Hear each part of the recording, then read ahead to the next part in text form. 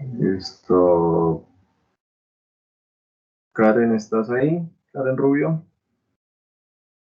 ¿Sí entró o no entró?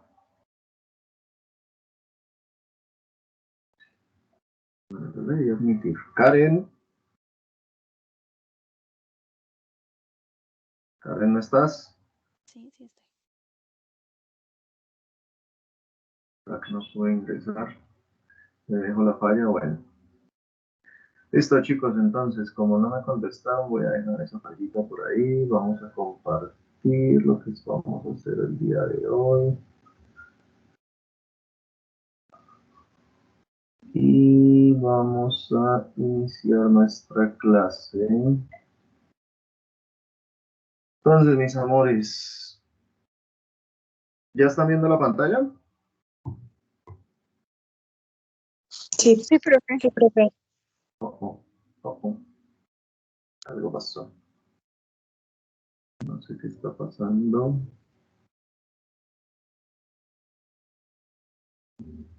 Bueno, entonces vamos a dar inicio a nuestra clase con un pequeño resumen de lo que ya hemos visto. ¿Listo?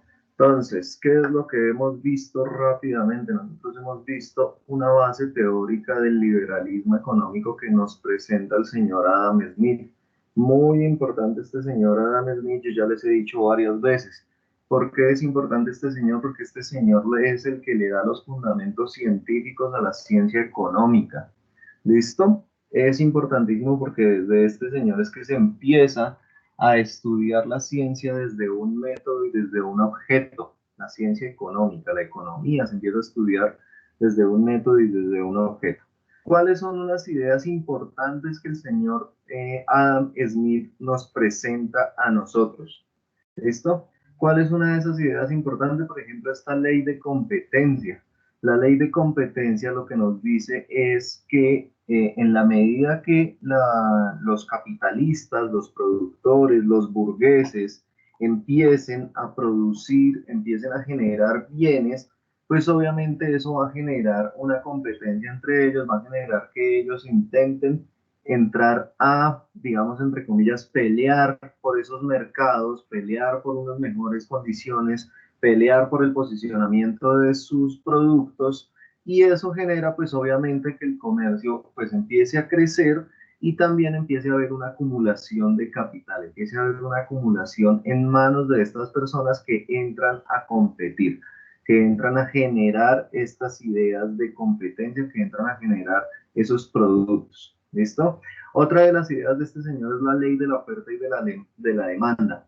Esa idea de la oferta y de la demanda lo que nos traduce es que en la medida que la sociedad necesite algún producto, requiera de algún producto, pues obviamente este producto o esta necesidad que está generando la sociedad pues debe ser satisfecha por la demanda, perdón, por la oferta. ¿Listo? En la medida que la sociedad demanda algo, necesita algo, pues tienen que entrar los actores económicos, las empresas, las industrias a suplir esa necesidad. ¿Listo? Esa es la ley de la oferta y de la demanda. Una ley muy importante que este señor Adam Smith empieza a generar porque esta ley de la oferta y de la demanda es lo que garantiza para el señor Adam Smith que la economía va a tener digamos, un suficiente sustento para mantenerse a ella misma.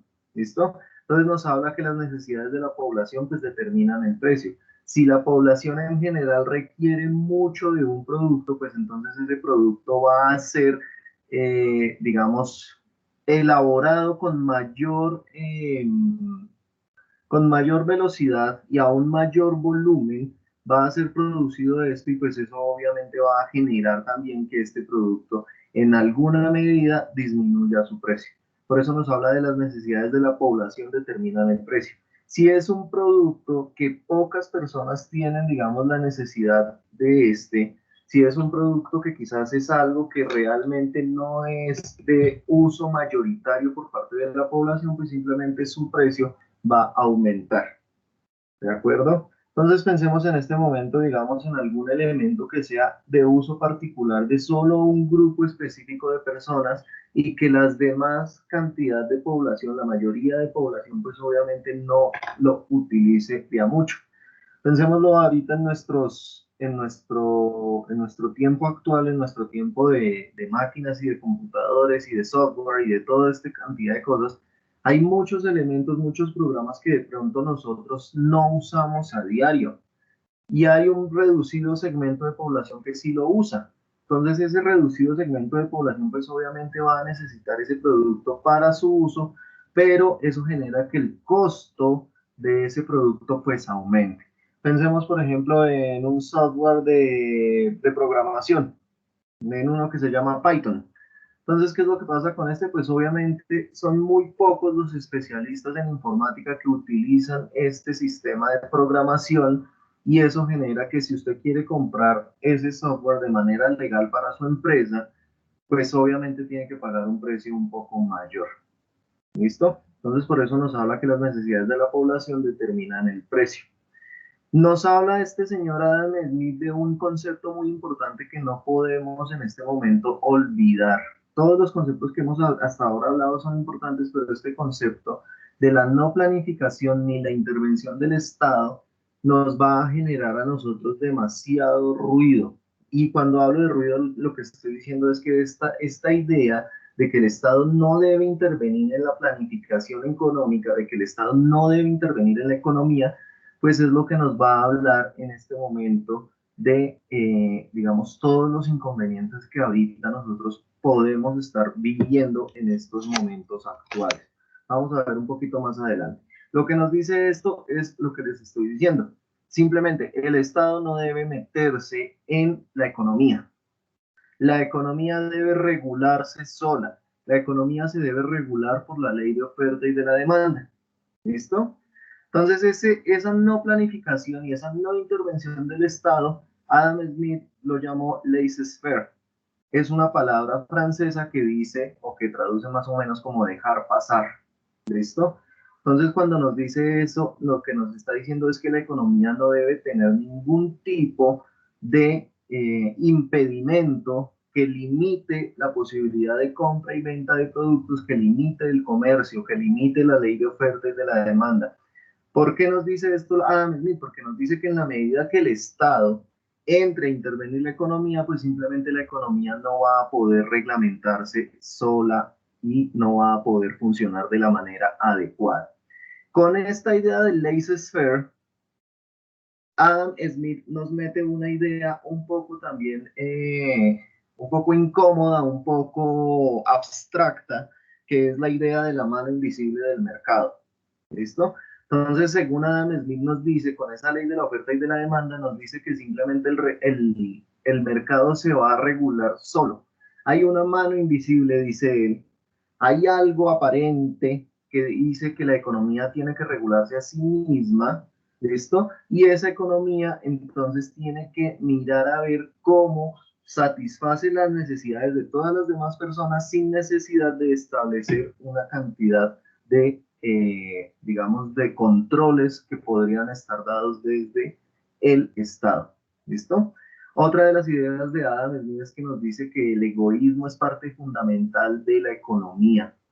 En la medida que yo soy egoísta, en la medida que yo trato de propender por mi bien, por mi bienestar, en la medida que yo trato, entre comillas, de generar riqueza para mí mismo, pues eso genera que en la medida que yo haga eso, pues voy a generar un bien público, según Adam Smith. En la medida que yo sea egoísta, yo voy a generar es que las demás personas puedan también salir adelante. Él lo ha hablado, por ejemplo, en el sentido de establecer una industria. Entonces yo soy una persona que tengo un egoísmo individual, yo soy una persona pues que voy a tratar de buscar el mayor beneficio de una actividad económica, yo tengo el capital, tengo el dinero suficiente para generar un producto, pero yo solo no puedo hacerlo. Entonces, ¿qué es lo que necesito? Pues necesito empleados, necesito a alguien que trabaje, necesito a alguien que distribuya, etcétera, etcétera, y eso va a generar pues un bien público según Adam Smith. ¿De acuerdo? Entonces este señor pues también, digamos, nos empieza a fundamentar cuáles son esas bases económicas del capitalismo, ¿listo? Entonces este señor también nos habla que obviamente tenemos que fundamentar ese liberalismo económico en el interés personal, ¿listo? No puede ser, como ya les decía, no puede ser un interés particular, no puede ser un interés, digamos, establecido frente a intereses estatales o intereses grupales, sino que la economía debe estar basada en un interés sumamente personal, en la libre iniciativa. No hay nadie, no hay una persona que a ustedes les pueda llegar a decir es que usted tiene que producir esto, es que usted tiene que hacer esto. ¿Listo? Hay unas condiciones específicas que se establecen y que deben ser las que se plasman para generar ese interés personal. ¿Listo? La ley de la oferta y la demanda ya la habíamos visto, la ley de competencia también ya la habíamos visto. Volvemos otra vez a que el Estado no debe planificar ni intervenir en el Estado, como les digo, pues en la economía, perdón. Esto es importante y vamos a mirar por qué esto es importante. ¿Listo? El problema es que Adam Smith empieza a analizar estas situaciones del capitalismo, pero el capitalismo pues obviamente no es un sistema perfecto, se empiezan a generar unos problemas. ¿Listo? ¿Cuáles serán esos problemas? Tenemos una descompensación de la demanda y de la oferta, es decir, esa ley de oferta y demanda que Adam Smith veía tan perfecta, esa ley de oferta y demanda que él decía, pues que obviamente el mercado se va a regular solo, el mercado como si fuera una entidad viva, nos dice Adam Smith, pues que se tiene que regular solo. Entonces hay una descompensación de esa oferta y de esa demanda, porque entonces en ocasiones por ese interés personal, pues la oferta tiende a aumentar más rápidamente que la demanda. Es decir, hay una sobreproducción. Pensemos entonces en este momento que yo analizo, veo y considero como una persona individual que tengo una libre iniciativa, que hay un negocio. Y ese negocio pues obviamente va a tener unas condiciones, digamos, específicas en un momento dado que yo voy a decir que es muy bueno y voy a empezar a invertir en ese negocio. El problema es que yo seguramente no voy a ser el único que voy a tener esa idea de tener ese negocio, van a haber otras personas que también van a tener la misma idea y eso va a generar una sobreoferta. Genera una sobreproducción, esa sobreproducción pues lo que genera es quiebras generalizadas, porque si todas las personas empiezan a producir,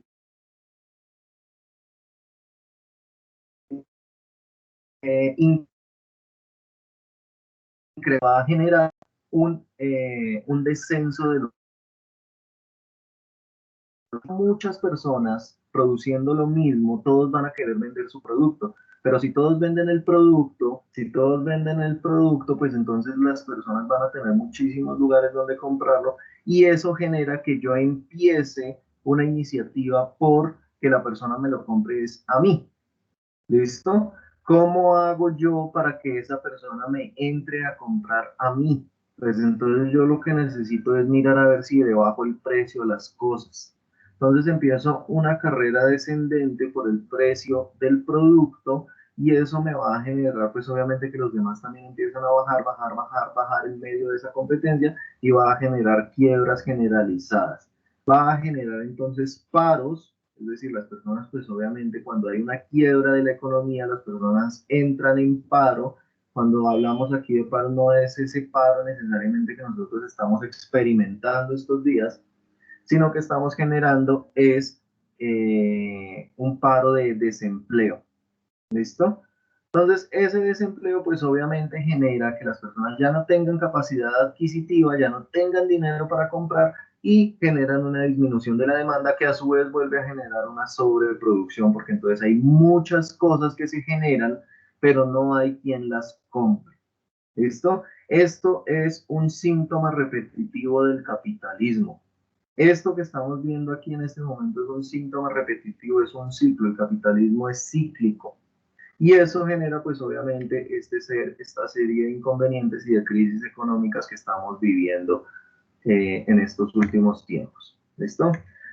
Pasando un poquito a Adam Smith, nos venimos a recordar entonces a el señor David Ricardo y la ley de hierro de sueldos. Recuerden que ya habíamos hablado de David Ricardo, se nos había quedado esta idea pendiente de la ley del hierro de sueldos. Entonces, ¿qué es lo que nos dice? Pues como ustedes ven en la diapositiva, digamos, esta es una idea que nos dice que si el salario de una persona sube, el salario mínimo, él nos hablaba que las personas deben tener un salario mínimo, los trabajadores deben tener un salario mínimo con el cual subsistir, pero ese salario mínimo no debe subir, no debe subir a niveles pues muy altos. Yo ya les había dicho entonces en un momento dado pues que estas ideas eran las que correspondían a las dificultades que todos los años experimentamos en medio de, digamos, las festividades de Navidad, cuando las centrales obreras, cuando el gobierno se sientan a dialogar con los empresarios y empiezan a mirar cuál debe ser el aumento del salario mínimo. Si ustedes se fijan, el aumento del salario mínimo es casi nulo. Se le da un aumento irrisorio, un aumento que dándolo en términos reales de adquisición, pues simplemente es totalmente consumido, entre comillas, no tiene un aumento real porque también tenemos que considerar el hecho de la inflación. ¿Listo? Estas ideas de la ley del hierro del sueldo pues vienen desde David Ricardo. Y este señor, ¿qué es lo que nos dice? Nos dice, si el salario sube, pues eso genera, según David Ricardo, que la población se incremente.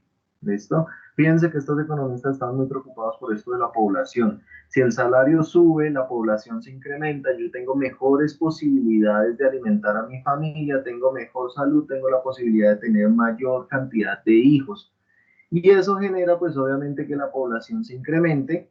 Eso también genera que haya mayor oferta de trabajo, pero en la medida que hay mayor oferta de trabajo, pues entonces los salarios empiezan a disminuir, nos dice el señor Adam Smith. ¿Listo? Entonces, pues esto nos va a crear otra consecuencia. En la medida que el salario empiece a disminuir porque hay mayor oferta de trabajo, entonces pensemos hoy en día, digamos, cuando nosotros estamos en este momento en una ciudad con 8 millones de habitantes.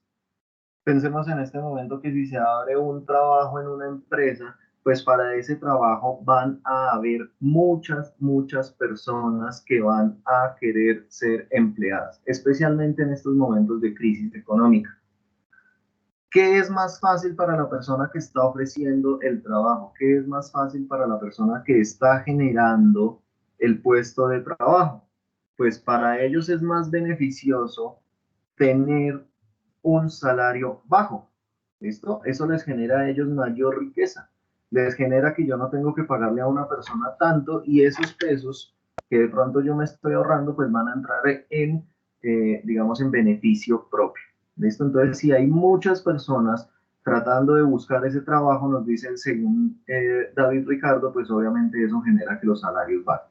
Si hay muchas personas detrás de un puesto de trabajo, pues entonces yo ya no necesito pagarle 5 millones, sino que le voy a pagar 1 millón de pesos y todas esas personas, de entre todas esas personas que están ahí, alguna de esas personas tendrá que aceptar el trabajo. ¿Listo? Entonces, fíjense que los salarios inferiores generan también que la población disminuya porque yo ya no tengo las mejores condiciones de vida también para darle a mis hijos, para conseguir una familia, para darles educación, para etcétera, etcétera.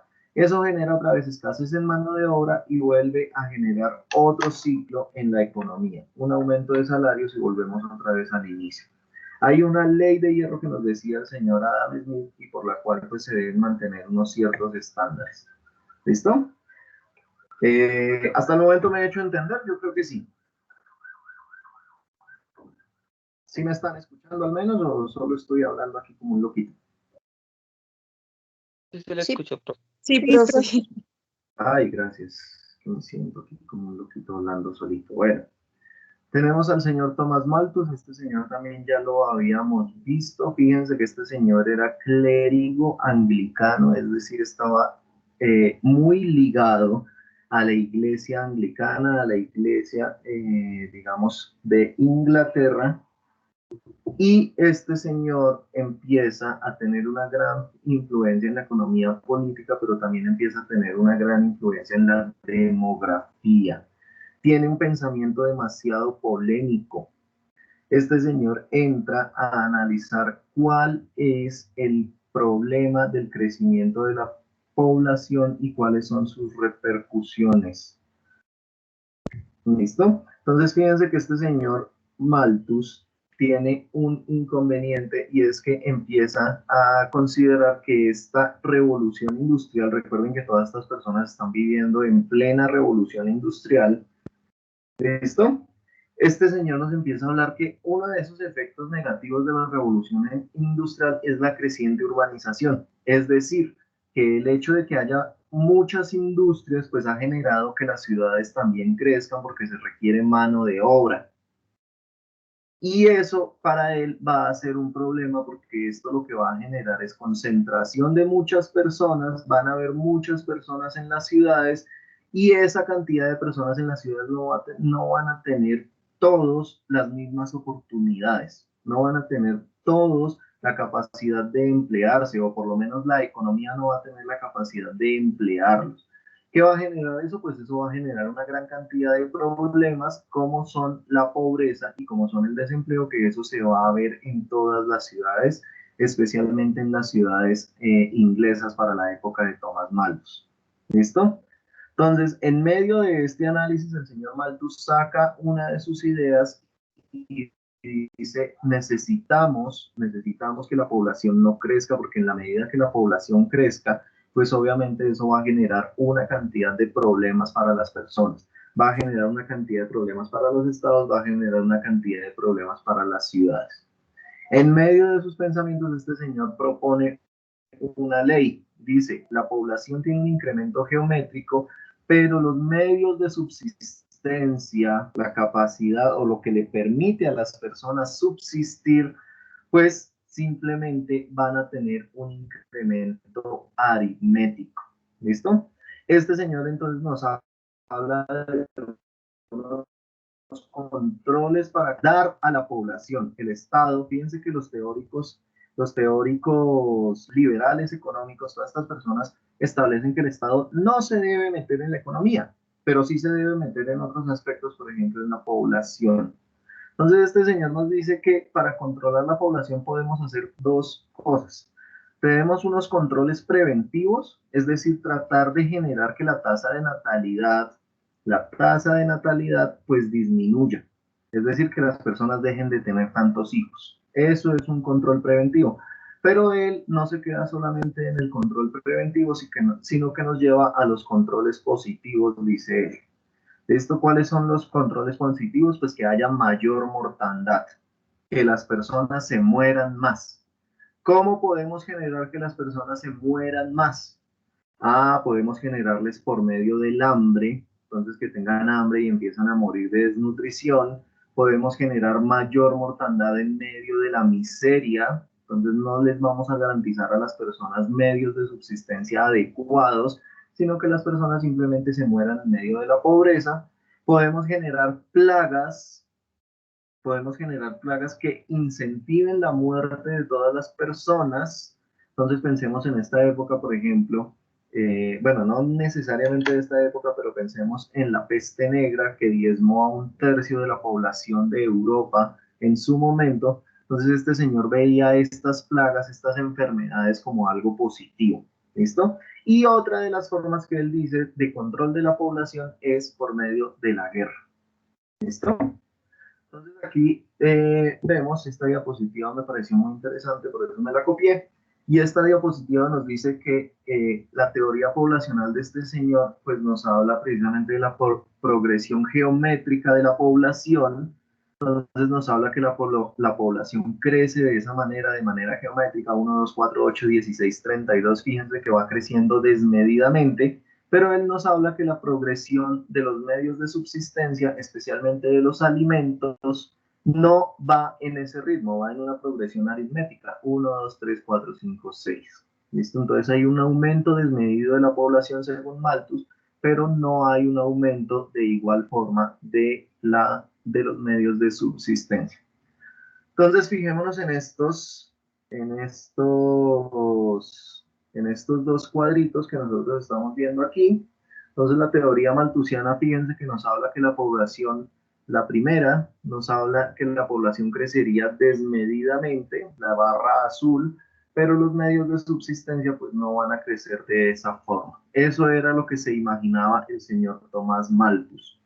Sin embargo, la realidad se encargó de mostrarle a Malthus que no era tan cierto, que el hecho de que los medios de subsistencia crecieran desmedidamente y la población, por el contrario, no creciera de la misma manera, pues iba a generar unas condiciones totalmente diferentes para las personas. ¿Listo? En este momento yo les pregunto, chicos, ¿por qué entonces podemos hablar que los medios de subsistencia fueron los que crecieron de manera diferente y la población no creció de la misma forma que estaba creciendo esos medios de subsistencia? ¿Quién cree que pasó? ¿Qué creen que pasó ahí?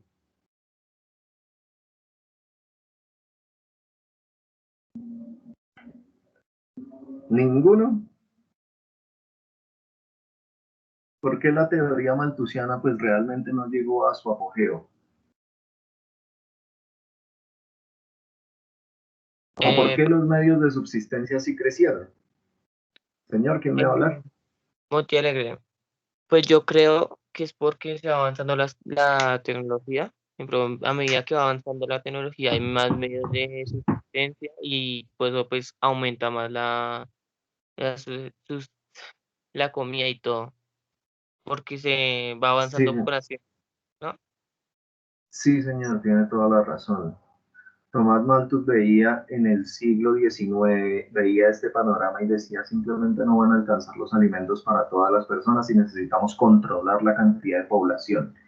¿Listo? El problema es que Tomás Malthus, a pesar de ser tan erudito, a pesar de ser una de las personas más estudiadas de su época y todo el asunto, él no cayó en cuenta que la revolución agrícola que se estaba desarrollando en medio de la revolución industrial, pues iba a generar una cantidad, un crecimiento bastante fuerte de los medios de subsistencia, de los alimentos. Es decir, implementar nuevas formas de generar alimentos, implementar nuevas formas de generar alimentos, pues nos va a generar a nosotros pues una cantidad de alimentos bastante altos, alimentos que realmente no estamos consumiendo. ¿Listo? Entonces, de pronto ustedes han visto por ahí en algún lugar cómo el desperdicio de comida es fuerte en estos momentos. ¿Listo?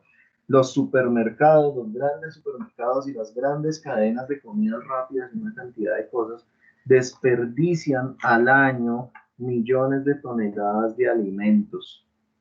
¿Listo? Entonces, pues fíjense chicos que estas teorías del señor Malthus, pues simplemente no fueron tan reales como nosotros lo estamos viendo. Y no quiere decir eso tampoco, que entonces porque los alimentos están lo suficiente, no quiere decir que esos métodos positivos que él nos hablaba no hayan sido implementados. ¿Listo? Hay muchos métodos de estos que han sido implementados a lo largo y ancho del mundo con esa idea malthusiana. El señor Malthus, a pesar de que fue rechazada su teoría, muchos estados y muchas personas consideran que efectivamente la población debe ser controlada por medio de distintos métodos. ¿Listo? Vamos a continuar por aquí. Seguimos con esto de nuestro liberalismo económico. El liberalismo económico entonces tiene tres ideas principales. ¿Cuáles son esas tres ideas principales? Libertad económica, libertad para competir con cualquier persona, con cualquier empresa, ¿listo? Libertad para contratar o despedir a los trabajadores, libertad para determinar el precio de los productos. También tenemos el mercado, nos habla de la mano invisible, yo ya les dije que es una idea abstracta, es una idea que nos establece que el mercado, entre comillas, hay una mano que regula ese mercado, pareciera que fuera una entidad superior, pareciera que fuera como una especie de Dios para los economistas, pareciera que fuera una mano de Dios que se mete ahí digamos, a intervenir en el mercado, pero entonces como es una mano de Dios, una mano invisible, una mano fuera del control de los seres humanos, Entonces, por eso nos habla que los seres humanos no debemos intervenir en eso. El mercado se regula a sí mismo por medio de la ley de la oferta y la demanda. ¿Listo? Y como viene con esta idea, pues simplemente nos dice, el Estado no debe intervenir en esto. El mercado se regula solo, hay una entidad divina superior, un poco mística, que entra a generar que el mercado mire a ver cuáles son sus ideas principales y qué es lo que debe producir. Por eso el Estado no debe intervenir, simplemente debe actuar como el garante de la seguridad y la justicia. ¿Listo? Entonces, la seguridad, el Estado debe garantizar que la economía pueda circular libremente. El Estado debe generar que esta economía no tenga inconvenientes. ¿Listo?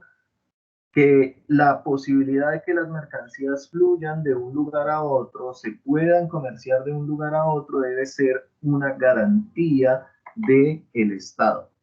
Pongámoslo en un aspecto un poco cómico de aquí de Colombia que he visto ahorita en medio de este paro, ¿no? He visto memes de personas que cogen y lloran que porque el camión de Águila no está llegando. Esto no está llegando a los pueblos por los bloqueos, no está llegando a los pueblos por el paro, no está llegando a los pueblos porque las vías están detenidas, etcétera, etcétera. Fíjense que aquí entonces esa idea del liberalismo económico está establecida en eso. Simplemente el Estado debe actuar como garante de la seguridad y de la justicia. Tenemos que considerar el Estado como un policía para los liberalistas económicos. Tenemos que considerar al Estado como un policía donde el Estado tiene que generar la seguridad suficiente y la justicia para que la economía fluya, para que la economía pueda llegar a estos lugares. ¿Listo? Estas fueron unas ideas, un resumen muy cortico que hice sobre todas estas ideas económicas del liberalismo. ¿Listo? ¿Cuáles son nuestros autores? Hemos visto 3 de ellos, nos faltó el señor John Stuart Mill. Digamos que son unas ideas similares a las de los otros 3 autores que ya hemos visto. ¿Listo? Todo esto que los economistas nos mostraron, pues lo que genera es, ellos estaban involucrados en ese proceso de industrialización. ¿Listo? ¿Qué generó ese proceso de industrialización? Como ya les había hablado con el señor Mantus, pues eso generó un aumento del proletariado, es decir, de los obreros, de las personas que son los que entran a trabajar en estas industrias. ¿Listo? Pero ese aumento del proletariado pues también nos va a generar unos problemas iniciales. Recuerden entonces que cuando nosotros estamos hablando del proletariado, estamos hablando de mano de obra que no está capacitada, que no está tecnificada. ¿Listo?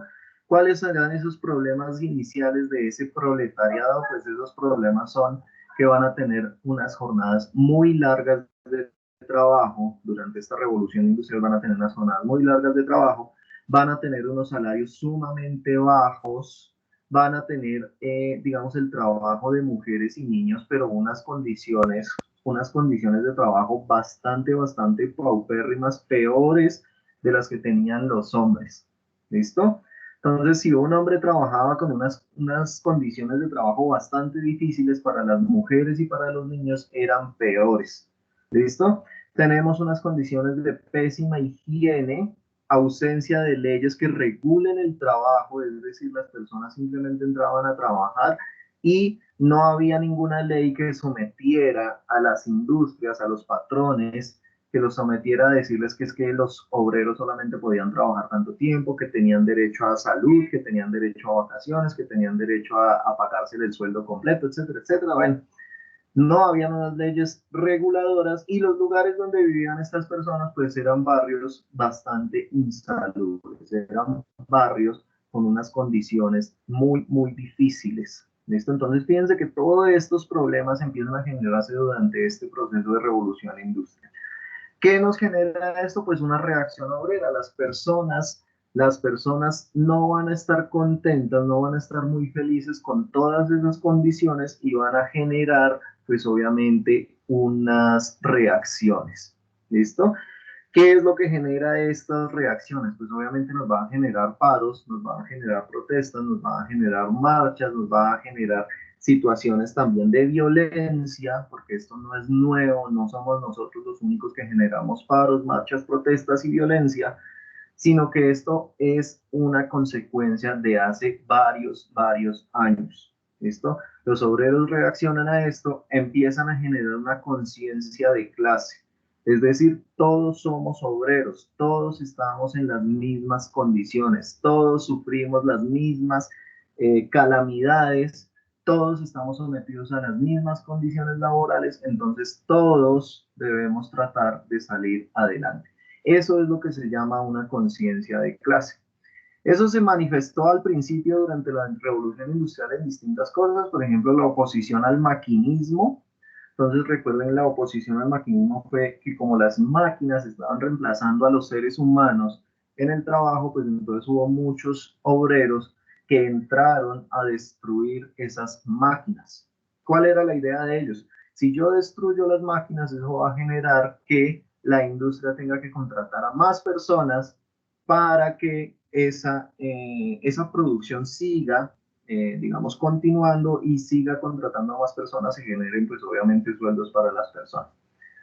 ¿Listo? Esto ocurrió, como les digo, en Inglaterra en el siglo XIX, oposición al maquinismo. También empezó a haber asociacionismo inicial, es decir, las personas empezaron a generar sociedades que se ayudaban unos a otros.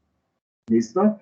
También empezó a generar el sindicalismo y esto empezó con las reivindicaciones laborales. Es decir, no puede ser que las jornadas laborales de todas las personas sean muy largas, sino que vamos a generar que sean solo limitadas a cierto espacio del día. No van a ser las 14, 16 horas a las que estaban acostumbradas las personas, sino que vamos a reducir esa cantidad de trabajo a, por ejemplo, 8 horas. ¿Listo? Vamos a aumentar los salarios, vamos a generar que de pronto los niños no trabajen, ¿listo? Entre otras medidas, ¿de acuerdo? Entonces, fíjense que tenemos muchas ideas y muchas reivindicaciones de estos señores. Vamos a mirar porque aquí nos llegan otras ideas, ideologías del marxismo y el anarquismo que vamos a mirarlas un poquito más adelante. Pensemos, chicos, en este momento, por ejemplo, para Colombia.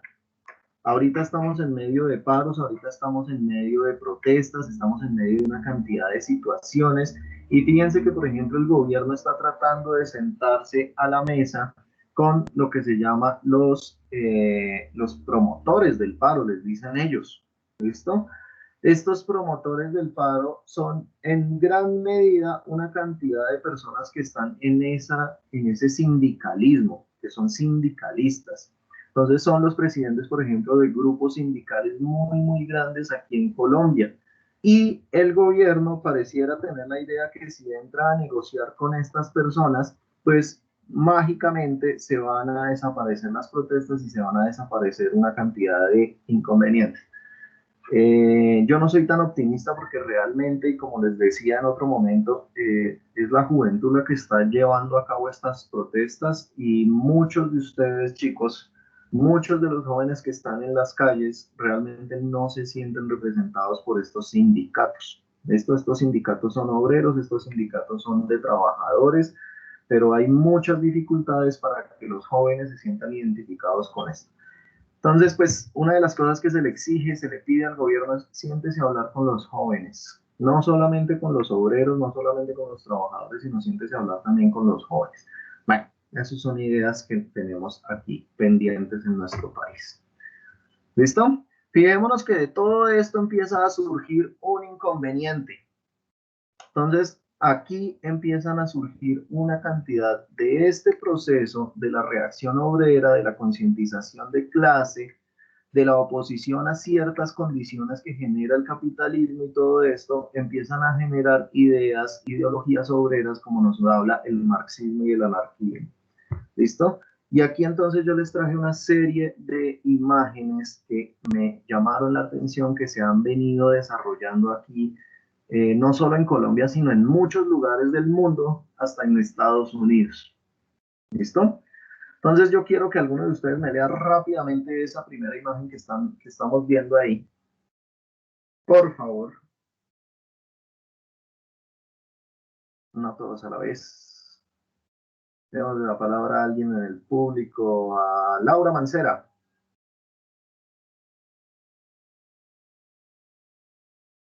¿No me escucha? Sí, te escucho. Ok. El rebrote que debería preocuparnos es el rebrote comunista.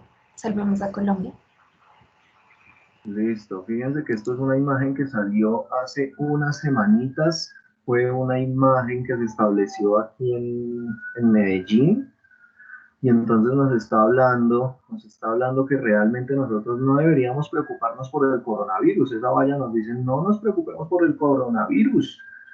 Ese es un rebrote que no debería preocuparnos, sino que nos debe preocupar es el rebrote comunista. Y nos manda una idea fuerte. Salvemos a Colombia de ese rebrote comunista. Esta valla salió hace unas semanas, pero esta valla también salió en medio de las protestas que se están desarrollando aquí en Colombia. No fue antes de las protestas, sino fue una valla que salió después de las protestas. ¿Listo? Estas ideas empiezan a generarse muy fuertemente en la sociedad. ¿Listo? Miremos por aquí esta. ¿Quién me lee esta, por favor? ¿Alguien que la lea?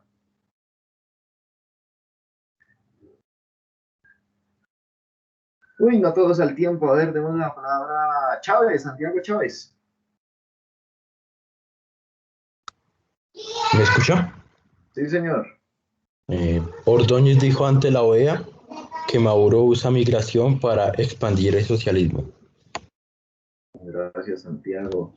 Fíjense, chicos, que esto es una pelea muy fuerte que se establece aquí y llega un señor, Ordóñez es un representante aquí de Colombia ante la OEA, fue procurador general de la Nación, es una persona con una ideología bastante marcada, anticomunista, antisocialista, y este señor nos dijo en un momento dado, fíjense, para el año 2019, como dice ahí la nota periodística, dijo que este señor mencionó, consideró la idea que la migración de las personas de Venezuela es una forma de expandir el socialismo.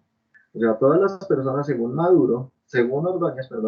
Ordóñez, pues la idea de Maduro es que envió a todas estas personas venezolanas a toda América para expandir su ideología socialista. ¿Listo? Es una idea bastante controversial que una cantidad de personas que les tocó salir obligatoriamente de su territorio por unas condiciones políticas y sociales bastante complicadas, bastante complejas, que hayan sido utilizadas como una herramienta para venir a expandir el socialismo, nos dijo este señor. Esto fue un señor y fue una...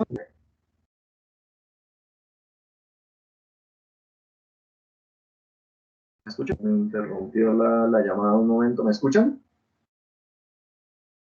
Ahora sí. Sí, señor. Sí. Listo. Entonces, fijémonos, chicos, por ejemplo, esta de aquí. Alguien que me la lea. Por ahí lo escucha Mariana. Mariana, ¿me lees la idea, por favor? Ok. ¿Quieres adoctrinar con comunismo? Docente universitario y estudiante pelean durante clase virtual. El joven compartió en sus redes sociales que el profesor lo expulsó de la clase. Listo, eso ocurrió aquí en Barranquilla. Listo, eso ocurrió hace poquito también. Entonces este señor, el docente universitario, empezó a decirle al estudiante que él era comunista y que él quería adoctrinar a todos sus compañeros por medio del comunismo y que por eso él debía salirse de la clase. ¿Listo? Estos son solamente ejemplos que yo les traje, me llama mucho la atención alguien que me lea por favor. A ver, por aquí, ¿quién está en clase? Montealegre, ¿me lees esto, por favor?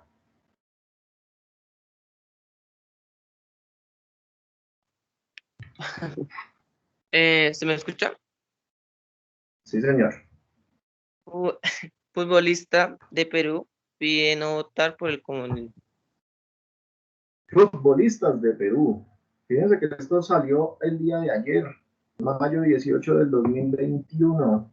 Futbolistas de Perú piden no votar por el comunismo. Estas no son ideas que se establezcan solamente aquí en Colombia, sino que son ideas que se establecen a lo largo y ancho de todo este continente. Leamos este rápidamente. Juan Camilo León, por favor, lees este. El fantasma del castrochavismo. La mitad del país El cree que fan- Colombia está en... Disculpe. Sí, sigue. Sí, sigue. La mitad del país cree que Colombia está en peligro de convertirse en la próxima de Venezuela. ¿Cuáles son las posibilidades reales de que esto suceda? Listo, fijémonos entonces el fantasma del castrochavismo y nos muestra ahí unas figuras específicas como el señor Fidel Castro y como el señor Hugo Chávez, entre los otros dos que tenemos al señor Lenin y al señor Marx. Y esta idea paranoica un poquito del castrochavismo nos lleva hasta este punto. ¿Listo? Entonces, fíjese que esto nos dice, Trump refuerza su discurso de que Joe Biden es castrochavista con nuevo video. ¿Listo? Esto fue el año pasado, en medio de la lucha que estaban estableciendo ya en Estados Unidos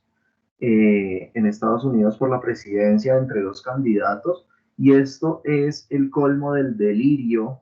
Realmente esto es el colmo del delirio, porque acusar a un candidato de Estados Unidos de castrochavista pues es realmente algo bastante curioso, pero también algo bastante traído de los cabellos. ¿Listo? Recuerden que Estados Unidos es el país capitalista por excelencia. O sea, en Estados Unidos, digamos, ese discurso de comunismo definitivamente no caló para absolutamente nada. Y sin embargo, digamos, esta idea del comunismo, como ustedes se dan cuenta, chicos, esta idea del comunismo pues llega hasta niveles un poquito delirantes en la medida que se acusan a unos y otros con tal de obtener votos, con tal de continuar en el poder. Fíjense que no es solo un fenómeno de aquí de Colombia, tenemos unas imágenes aquí de Colombia bastante fuertes, actuales, porque estas imágenes no es que sean muy antiguas, tenemos dos imágenes bastante actuales de hace pocos días, tenemos otras dos imágenes que ya nos muestran estas ideas que vienen desde hace años, pero tenemos también imágenes de otros países que nos muestran cómo incluso en Perú los futbolistas están diciendo que no se vote por el comunismo. Yo me pregunto si estos futbolistas saben qué es el comunismo, o si la gran mayoría de personas saben qué es el comunismo. ¿Listo? Esto es una idea bastante fuerte y bastante importante que nosotros vamos a tener que analizar, porque hace parte primero de nuestra clase y segundo porque estas ideas son las que nos tienen en este momento a nosotros. Estas ideas son las que nos tienen a nosotros en este momento en medio de esta situación tan agitada. No es casual, digamos, que en este momento nosotros estemos hablando de qué es el comunismo en medio también de todas estas protestas. Como les venía diciendo, esta imagen que ustedes ven aquí, esta primera imagen que ustedes ven aquí, fue una imagen que salió hace poquito en Medellín, una valla que colgaron en Medellín.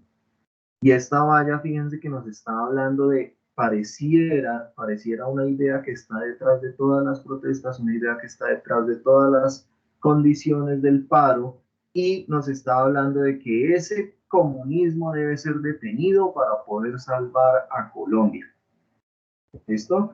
Tenemos docentes, como ya les mostré, entonces ese docente allá en Barranquilla no era un docente de colegio, era un docente universitario que empezó a pelear con su estudiante. No se saben realmente las causas, o por lo menos yo no leí las causas de por qué empezó la pelea. El estudiante le decía, según en la nota que yo leí, en la nota periodística que yo leí, le decía pues que continuara con su clase de derecho tributario. Era un estudiante o es un estudiante de derecho, y el docente le decía que él no iba a continuar, que él lo que quería era adoctrinar con el comunismo, y sacó al estudiante de la clase. ¿Listo? Entonces tenemos que considerar todas estas ideas, porque estas ideas nos están dando un contexto no solo de Colombia, sino nos están dando un contexto bastante fuerte de lo que está sucediendo en términos políticos a nivel de todo el continente. No es solamente aquí en Colombia, vamos incluso al país más capitalista del mundo, que es Estados Unidos, en medio también de esa discusión, de que Joe Biden, por ejemplo, es castrochavista, o que en Perú los jugadores de fútbol peruanos están diciendo que no se vote por el comunismo. Sin embargo, pues yo continuaba con mis ideas por aquí, pero ya se nos acabó la clase. ¿Tienen alguna duda, comentario, inquietud, sugerencia?